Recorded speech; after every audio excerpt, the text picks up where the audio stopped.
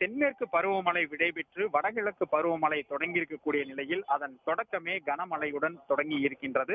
கடந்த 2 நாட்களாகவே ஈரோடு பகுதியில் மாலை நேரங்களில் மழை பெய்து வந்த நிலையில் இன்று காலை முதல் விட்டுவிட்டு தொடர்ந்து மழை பெய்து வருகிறது. குறிப்பாக மாநகரில் கருங்கல்பாளையம், சம்பத் நகர், வீரப்பஞ்சத்திரம், பேருந்து நிலையம், ரயில் நிலையம் என பெரும்பாலான பகுதிகளில் பரவலாக இந்த கனமழை என்பது கொட்டி தீர்த்திருக்கின்றது. இது மட்டும் இல்லாமல் புறநகர் பகுதிகளிலும் மொடக்குறிச்சி, கொடுமுடி, சிவகிரி என மாவட்டத்தினுடைய புறநகர் பகுதிகளிலும் தொடர்ந்து காலை முதல் மழை பெய்து வருகிறது. தொடர்ச்சியாக வானமும் மேகமூட்டத்துடன் காட்சியளிக்கிற ஒரு குளிர்ந்த சீதோஷ்ண நிலை காணப்படுகிறது.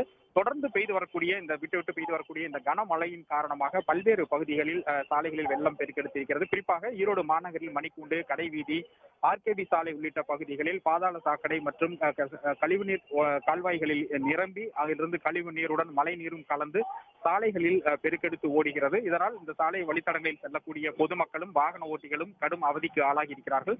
குறிப்பாக இந்த பகுதியில் கடைவீதிக்கு செல்லக்கூடிய தீபாவளிக்கு ஜவுளி வாங்க வந்த பொதுமக்களும் இந்த கழிவுநீர் கலந்த மழை நீரில் நடந்தபடி செல்ல வேண்டிய ஒரு நிலை அவர்களுக்கு ஏற்பட்டது.